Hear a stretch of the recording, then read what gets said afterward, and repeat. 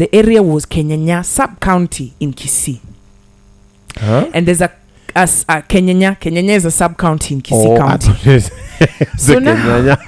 So now there was a group that apparently it's a subsect. Yani hao watu, they broke away from SDA, and they were a doomsday cult basically, and they claimed that the world was coming to an end, right? And so they had to go underground, right? Leave all their worldly belongings because the world was coming to an end. And so what ended up happening was that people did suicide together. Right? What is murder suicide? So you consume something, and I'm going to be telling you this is a theme around cults, right? So you consume something so that you can die. For those who are, and then for those who are too scared, someone will murder you, right? And then there are those ones who are left who climbed the tree ready to fly because Jesus had come for them, or the world, it was time now to ascend to heaven, and they fell off the trees, man, and broke their limbs. The tree was like a launching pad. Yes, so they climbed the tree and they were ready to just go into the sky, and this is a true story, guys, and they broke their legs. Now it gets even worse, that even as some had broken their legs and some had hurt themselves, that they refused to take their children to school or to the hospital. Why? Jesus was coming to heal them. Because now they were done with the world, right? It's interesting because as I've done my research, I don't know whether these cults still exist.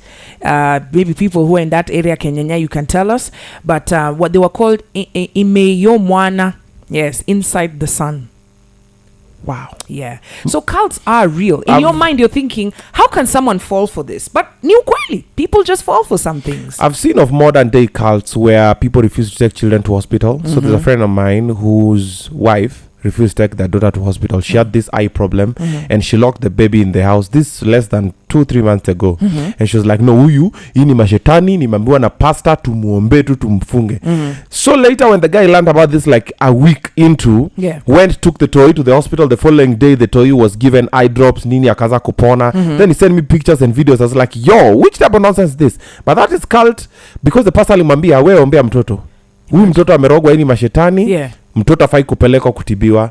Modern day it happens like that. The people always say when they're sick, they just say, me, I'm just gonna pray and I'm gonna believe. And then pia kuna mommy and daddy want new Mercedes Benz. Guys, I want to ask you, can you be able to identify if maybe the religious leader that you're going to has cultish behavior? That some of the things that you're doing could be cultic? Do stick around, I'll tell you how to identify.